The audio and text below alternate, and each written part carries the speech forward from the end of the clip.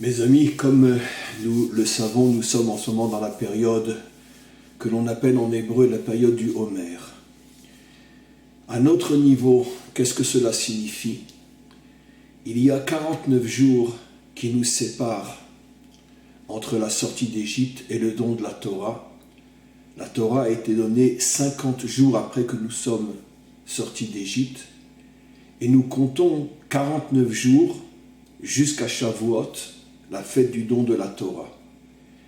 Pourquoi compter ces 49 jours?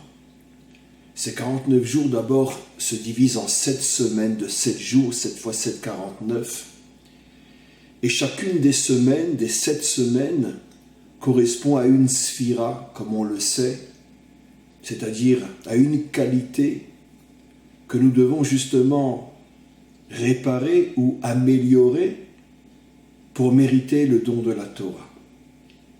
Quelles sont ces 7 qualités? Je vais d'abord parler des 7 semaines, et après on va rentrer un peu plus en détail par rapport au jour lui-même, puisque chaque semaine se divise elle-même en 7 jours. Ces 7 qualités sont représentées, comme on le sait, par les 7 modèles fondamentaux de notre histoire, les 7 modèles fondamentaux du peuple juif, qui d'une certaine manière sont aussi les 7 modèles fondamentaux de l'humanité tout entière, et qui représentent 7 qualités fondamentales qu'on est obligé de posséder, d'améliorer, de réparer, de renforcer en nous, sinon il nous est absolument impossible de recevoir la Torah.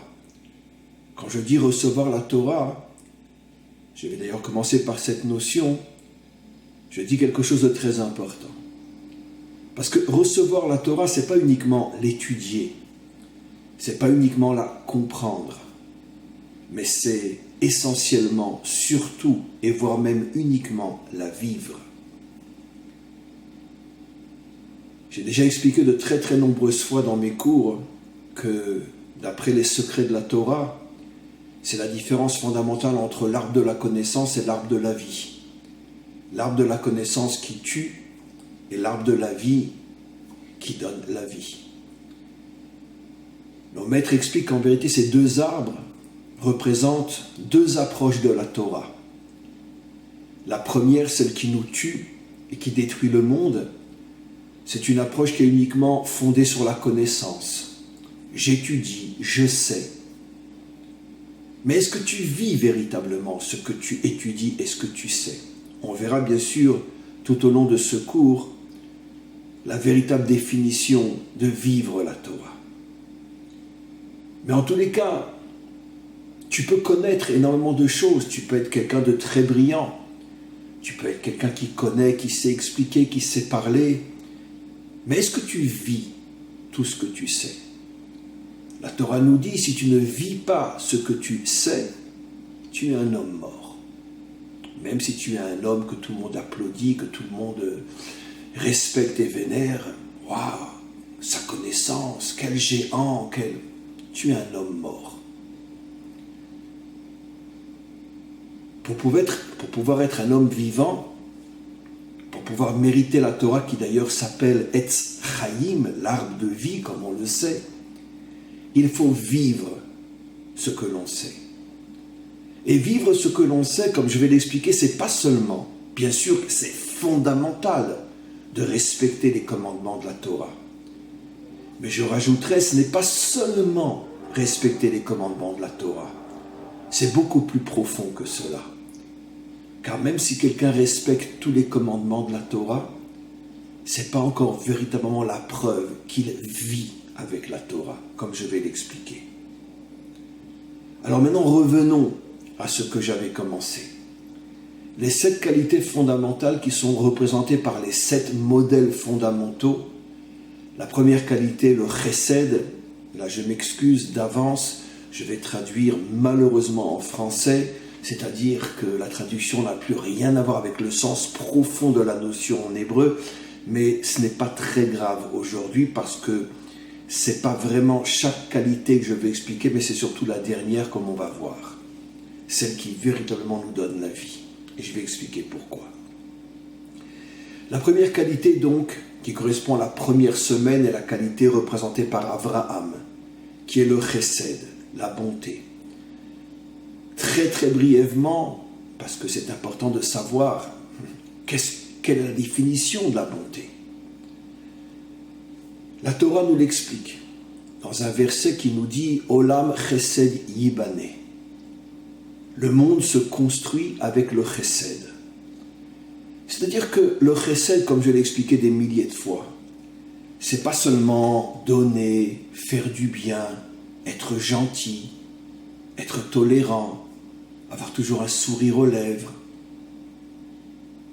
Le chesed, c'est construire. Qu'as-tu construit dans ta vie? Qu'as-tu fait? Concrètement. Parce que bon, tu peux donner de l'argent à quelqu'un, mais bon, ça va l'aider à un certain moment, mais l'as-tu construit? Comme nos maîtres expliquent, le plus haut degré de chesed, c'est pas seulement donner de l'argent à quelqu'un, c'est l'aider à devenir indépendant, lui apprendre un métier qui fait qu'il n'aura plus besoin de personne. L'as-tu construit cet homme-là? Ou simplement tu l'as habitué à être dépendant de toi parce que tu as les moyens? Si tu l'as habitué à être dépendant de toi, ce n'est pas du chesed que tu as fait, c'est de la sécurité sociale, c'est de la charité. Ça n'a rien à voir avec le chesed. Qu'as-tu fait dans ce monde? Qu'as-tu construit dans ce monde concrètement? Et pourquoi le mot, encore une fois, construction? Parce qu'une construction, une fois que c'est fait, ça reste. Bon, sauf s'il y a un tremblement de terre. Mais on a construit une maison, et même 100 ans après, elle sera toujours là, même si tous les ouvriers qui ont construit cette maison ont disparu. Ça veut dire que tu as fait quelque chose qui reste après toi.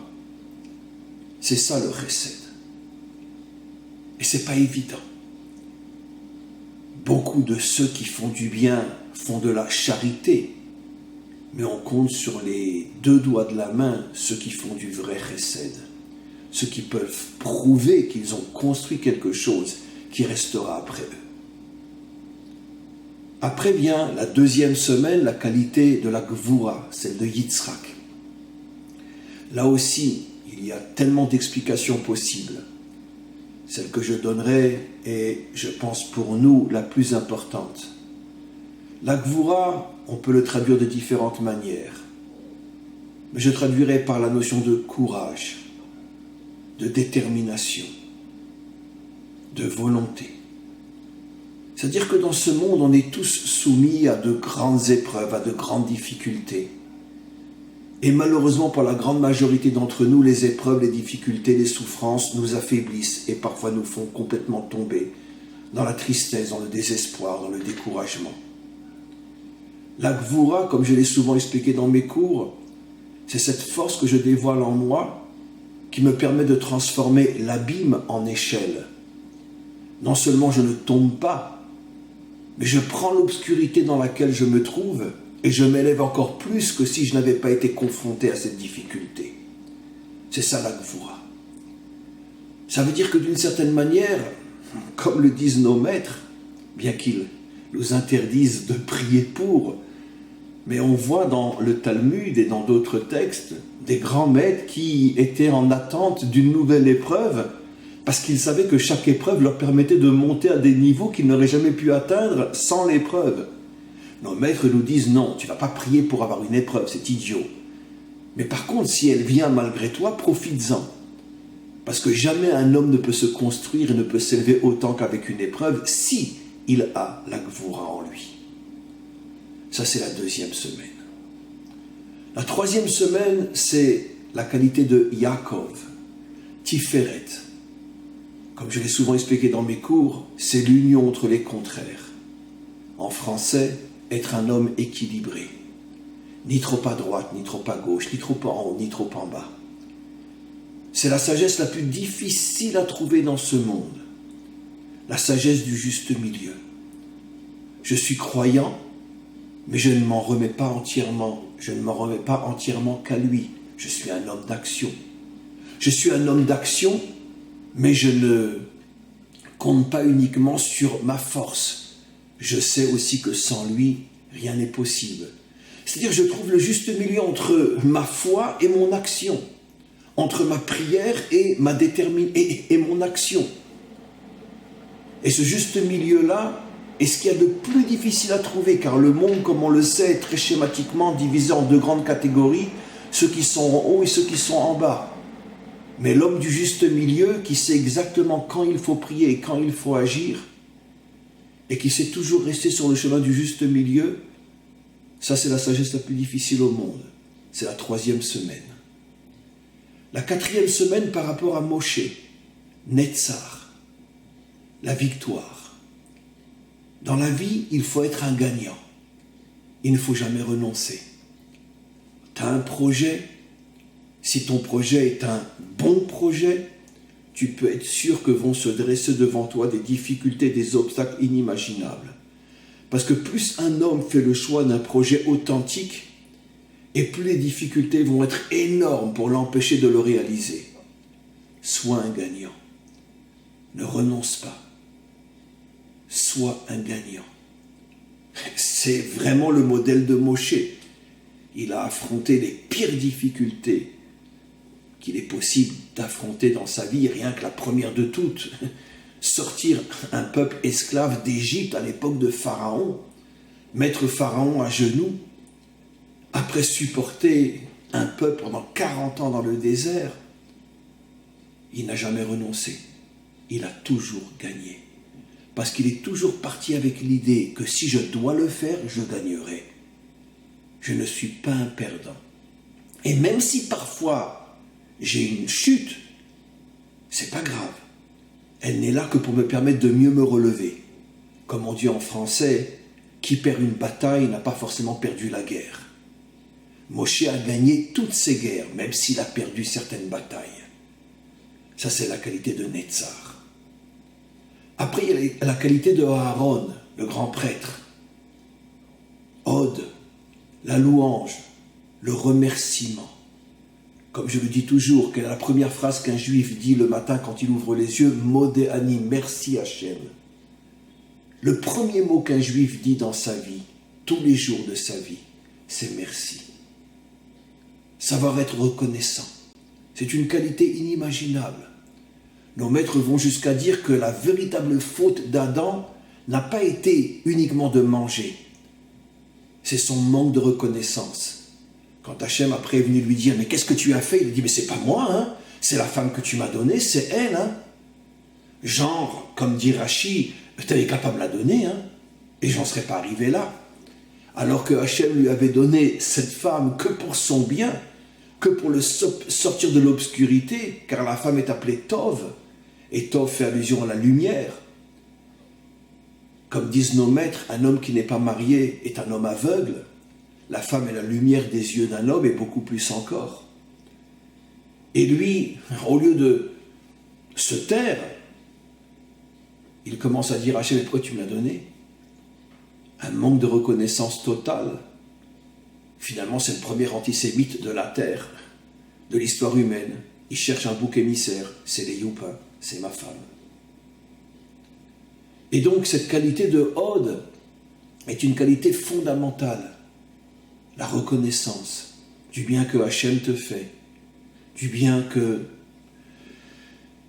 d'autres te font. Sois reconnaissant. La 6e qualité par rapport à Yosef, Yesod. Yesod, comme je l'ai souvent expliqué, il y a d'autres explications bien sûr, c'est la stabilité. Être quelqu'un de stable. Stable dans le sens comme des fondations. Yesod veut dire fondation, sur lesquelles sont construites la maison. Ne t'écroule pas. Qui, parmi tous les personnages que j'ai cités, a traversé des épreuves aussi douloureuses que Yosef, vendu par ses frères, après esclave dans la maison de Potiphar, après, d'après notre tradition, 12 ans dans une prison égyptienne il y a 4000 ans, vous imaginez, dans un trou tout noir. Et après, comme je dis toujours, la plus grande de toutes les épreuves, devoir diriger l'Égypte pendant 80 années, le pays le plus débauché, le plus corrompu, le plus impur. Et il est resté un homme juste, un homme droit. Il n'a jamais fauté. Il ne s'est pas corrompu, il ne s'est pas débauché, il n'a pas utilisé son pouvoir pour écraser les autres. 110 ans d'épreuves, il n'est jamais tombé. Des épreuves dans tous les domaines, pas uniquement dans le sens de souffrance, car diriger l'Égypte pendant 80 années, ce n'est pas une souffrance, au contraire. Mais c'est une épreuve peut-être plus terrible que la souffrance, car les tentations sont tellement inimaginables. Et enfin, la dernière qualité, malchout, par rapport à David, quelle est la définition de la malchout comme je vais l'expliquer? C'est la prise de conscience que j'appartiens à un peuple. Je ne vis pas pour moi uniquement, ou pour ma famille, pour ma femme, pour mes enfants. Ma véritable vie, c'est qu'est-ce que je fais pour mon peuple? Comment je vis en étant membre de mon peuple? Qu'est-ce que je fais pour faire avancer mon peuple? Ça, c'est la malchoute. Maintenant, donc, on a les 7 semaines qui correspondent aux 7 qualités fondamentales sans lesquelles il est absolument impossible de recevoir la Torah telle que j'ai expliqué, que la Torah devienne une Torah de vie.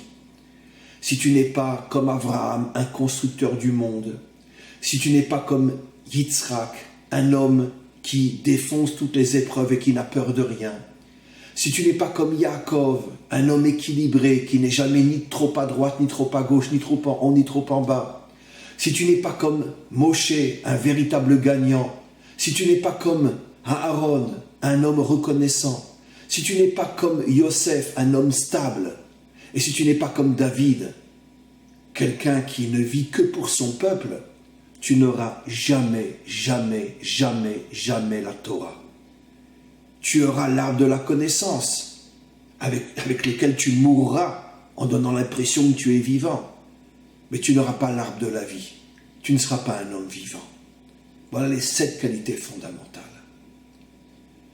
sans lesquelles il est absolument impossible de recevoir la Torah. Maintenant, malgré tout, je voudrais aller un petit peu plus loin. Comme on le sait, nos maîtres nous disent toujours « Acharon, Acharon, Chaviv », que lorsqu'il y a une énumération, le dernier est l'aboutissement et finalement le but de tout ce qui précède. Ce qui veut dire que de ces 7 qualités, la plus importante de toutes est la dernière, la malchoute. Justement, la dernière semaine avant le don de la Torah. Comme disent nos maîtres, sauf ma'aseh be'machshava trila. Quand se réalise quelque chose, à ce moment-là, tu comprends quelle était la pensée première. C'est dans la réalisation finale que tu dévoiles la pensée première. Ce qui veut dire que des 7 qualités fondamentales, la plus importante de toutes est la dernière, la malchoute, représentée par David. Maintenant, on comprend pourquoi chaque semaine est divisée elle-même en 7 jours, et chaque jour correspond à l'une de ces 7 qualités. C'est-à-dire, par exemple, la première semaine qui est Chesed, mais le premier jour, je suis dans Chesed de Chesed, le deuxième jour, je suis dans Gvura de Chesed, le 7e jour, je suis dans Malchut de Chesed. Ça veut dire que chaque qualité se subdivise en 7 qualités, les 7 qualités dont on parle, mais la dernière qualité de chaque semaine, c'est à nouveau la Malchut. Ce qui veut dire que la finalité du Chesed, c'est Malchut de Chesed, la finalité de la Gvura, c'est Malchut de Gvura, la finalité de Tiferet, c'est Malchut de Tiferet, et ainsi de suite. Qu'est-ce que cela veut dire? Cela veut dire que le plus haut niveau de Chesed, pour parler de la première semaine, c'est qu'est-ce que tu fais pour ton peuple. Pas seulement pour les hommes, mais pour ton peuple. Le plus haut niveau de Gvura, c'est comment tu te bats pour ton peuple. Le plus haut niveau de Tiferet, Yaakov, c'est comment tu aides ton peuple à trouver le juste milieu. Le plus haut niveau de Netzar, être un gagnant, c'est comment tu transmets à ton peuple cette qualité de toujours voir les choses de manière positive, je vais gagner, et ainsi de suite. Ça veut dire qu'on en revient toujours à la même notion. Le but ultime de chaque qualité, c'est qu'est-ce que je fais pour mon peuple. Et cette qualité, mes amis, c'est celle qui nous manque le plus. Bien évidemment, toutes les qualités nous manquent. Et c'est pour ça qu'on peut compter sur les 2 doigts de la main ceux qui, dans notre génération, ont la Torah véritablement. Parce que des connaisseurs de Torah, il y en a plein. Des parleurs de Torah, il n'y a que ça. Mais ceux qui vivent avec la Torah, je ne sais pas si je peux montrer ça sur les 2 doigts de ma main. Pourquoi? Parce qu'il nous manque pratiquement toutes les qualités. Mais celle qui nous manque le plus, mes amis, c'est la malchoute. La malchoute, c'est-à-dire, qui d'entre nous s'est fixé comme mission de vivre pour son peuple?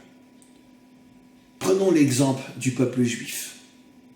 Il y a combien plus forte raison aujourd'hui les autres nations? Le peuple juif, depuis des millénaires, est en exil. Donc ce n'est plus une nation, ce n'est plus un peuple. C'est évident que les Juifs qui vivaient en Russie ne savaient même pas qu'il y avait des Juifs en Irak ou au Théman ou je ne sais où. Ils ne vivent pas pour eux, ils ne vivent pas avec eux, ils ne se connaissent même pas. Et même en Russie, pendant des siècles, les Juifs de Moscou ne connaissent pas les Juifs de Sibérie, dans un pays aussi grand. Donc chacun vit dans son village, chacun vit dans sa communauté, chacun vit autour de son rave, de son dirigeant. Ça veut dire que le peuple juif est morcelé en millions de petites particules minuscules où finalement c'est le culte de sa communauté. Il n'y a plus de nation. Et même aujourd'hui, tous les juifs qui vivent encore en dehors de leur terre, même si c'est vrai qu'aujourd'hui avec Internet, avec la télévision, on a l'impression que bon, on est proche d'Israël et puis bon, on vient en vacances de temps à autre en Israël. Mais tout le monde sait que tant que tu n'es pas ici, tu ne peux pas ressentir au niveau de ton vécu ce que veut dire vivre avec une nation, vivre dans sa nation. Ça reste quelque chose qui est dans ta tête, dans tes sentiments. L'an prochain à Jérusalem. Mais tu n'as aucune connexion avec la nation. Et même ici en Israël, tout le monde est pris par ses préoccupations quotidiennes, la famille, le travail, la santé, les soucis personnels, familiaux, l'éducation des enfants. Qui a le temps, mais qui a le temps de se préoccuper de sa nation, de son peuple? Et ne me dites pas les dirigeants, parce que les dirigeants, c'est les derniers qui s'occupent de leur peuple. Dans tous les pays du monde, les derniers, ils ne s'occupent que d'eux-mêmes et se servent de nous pour se chatouiller le nombril. Avec bien sûr des nuances, évidemment des nuances. Ne prenez pas chaque mot à la lettre, vous me connaissez. Mais malgré tout, si je le dis, c'est que globalement, c'est vrai. Globalement, c'est vrai. Et si je rentrais dans les détails, je préfère me taire. Dans tous les pays du monde. Ici aussi en Israël. Et donc, qui s'occupe de la nation? Qui véritablement s'est fixé comme mission, je veux construire mon peuple? Alors c'est vrai chez nous, il y a plus forte raison aujourd'hui partout dans le monde, surtout dans le monde occidental où la nation a complètement disparu, puisque tout est mélangé, comme je cesse de le dire. Trouve-moi un Français en France. C'est impossible. Trouve-moi un Belge en Belgique. Évidemment qu'il y en a, mais ils sont étouffés, ils sont par toute cette idéologie du grand mélange qui détruit l'identité nationale. Et beaucoup d'autres choses aussi, comme on le sait, mais ce n'est pas le sujet vraiment. Qui c'est qui vibre encore aujourd'hui en France quand il entend la Marseillaise le 14 juillet? Ben non, mais arrêtez vos histoires. On n'a plus rien à faire. Où est la France? Donc ce qui veut dire que finalement l'identité nationale, c'est complètement volatilisé. Et donc chacun aujourd'hui au maximum se préoccupe de construire sa famille, ses enfants, d'aider quelques personnes. Mais ça s'arrête là. La malchoute a complètement disparu. Et c'est ce que disent nos maîtres. Dans le Zohar et quantité d'autres endroits, nos maîtres nous disent que la malchoute est dans la poussière. Shrinta begaluta. La malchoute est en exil. Shrinta be'afra. La malchoute est dans la poussière. Alors évidemment, nous, peuple juif, nous sommes revenus sur notre terre, bien évidemment, et nous commençons à nous reconstruire. Mais à vision humaine, je dis à vision humaine parce que Dieu peut tout changer en une fraction de seconde.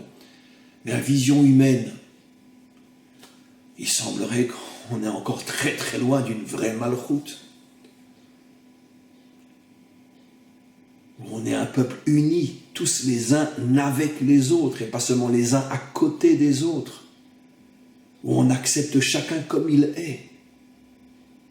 On n'essaye pas de le ramener à ce que nous sommes, ce qui est malheureusement aujourd'hui ce que tout le monde fait. Si j'appartiens à telle tendance, je voudrais que tout le monde soit comme moi.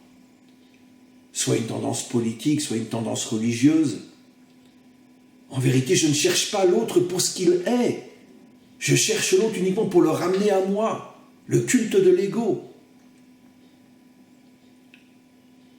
On n'est pas les uns avec les autres. C'est chacun avec moi.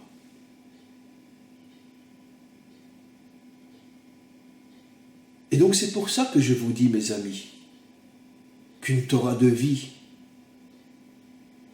je ne sais pas si elle existe dans notre génération.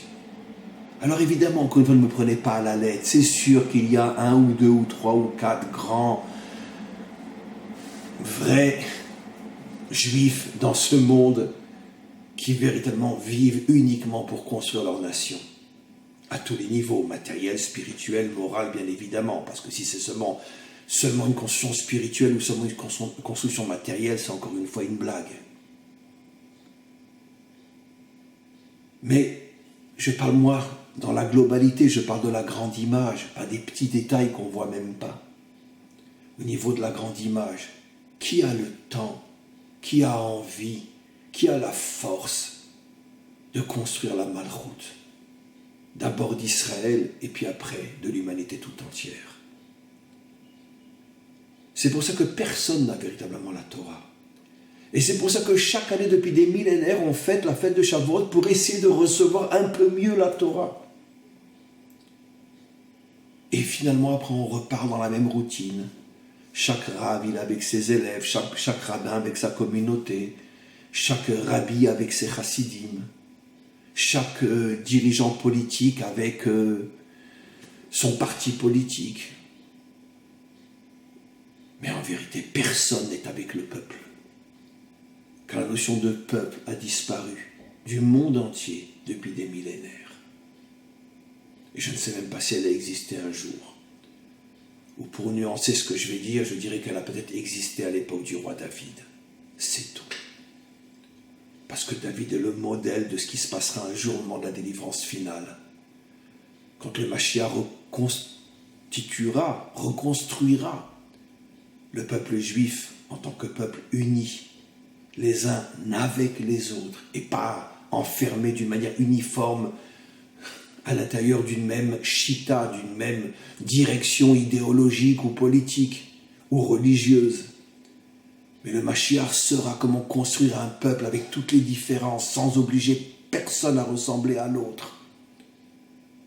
Ce sera ça sa grandeur. Et quand le peuple juif sera reconstruit, il arrivera à reconstruire les 70 nations aussi. Puisque Israël, comme on le sait, est le modèle de l'humanité tout entière. Donc mes amis, comme je dis toujours, on est des centaines de milliers, nous, dans notre peuple, à dire tous les soirs, on récite le Homère, on compte un nouveau jour. Ah oui, au niveau de la bouche, on est très fort, mais qui le vit, qui le vit, qui le vit? Qui peut dire, moi, je ne vis que pour mon peuple? Et toutes les autres obligations sont accessoires par rapport à mon seul et unique but sur terre, construire mon peuple matériellement, moralement, spirituellement. Seulement lorsque l'on arrive à cette notion, alors la Torah devient une Torah de vie.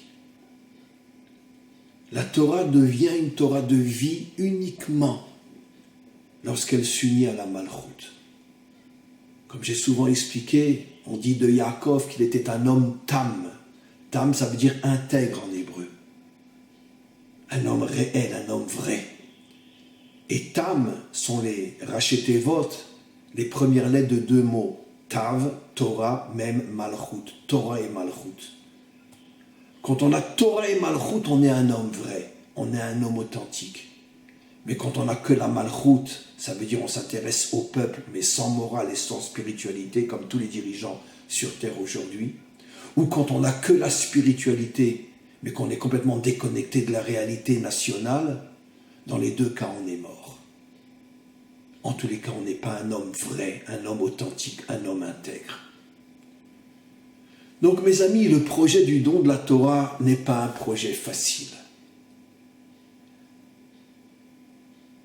Ça demande de nous une véritable révolution, une transformation inimaginable en nous. Mais cette révolution, on y arrivera. Celui qui la réalisera avec nous tous, mais qui arrivera et qui nous permettra de la réaliser, sera bien sûr le Mashiach lui-même. Parce que ce sera un homme qui n'appartiendra à aucune tendance,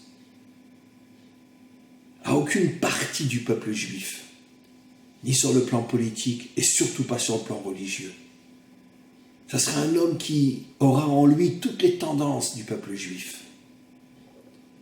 Il respectera, se considérera comme l'élève de tous les grands maîtres d'Israël, mais refusera d'appartenir à quelque tendance que ce soit, pour ne jamais perdre de vue l'idée fondamentale de l'unité du peuple juif et de ne pas s'enfermer dans une catégorie qui nous fait oublier toutes les autres facettes de notre nation. On l'attend. En vérité, c'est lui qui nous attend.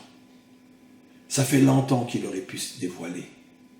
Mais le problème, c'est qu'il sent qu'on n'est pas prêt. Parce que chacun est enfermé dans son trou d'aiguille. Ma famille, mon travail, mon rabbi, mon dirigeant politique, et moi. Donc, espérons que cette année, on va arriver à véritablement se réveiller, à devenir des hommes authentiques, à ne vivre que pour notre nation, pour son corps, pour son âme. Et on méritera peut-être que le Mashiach arrête de nous attendre et se dévoile. Amen, v'chen yiratzon.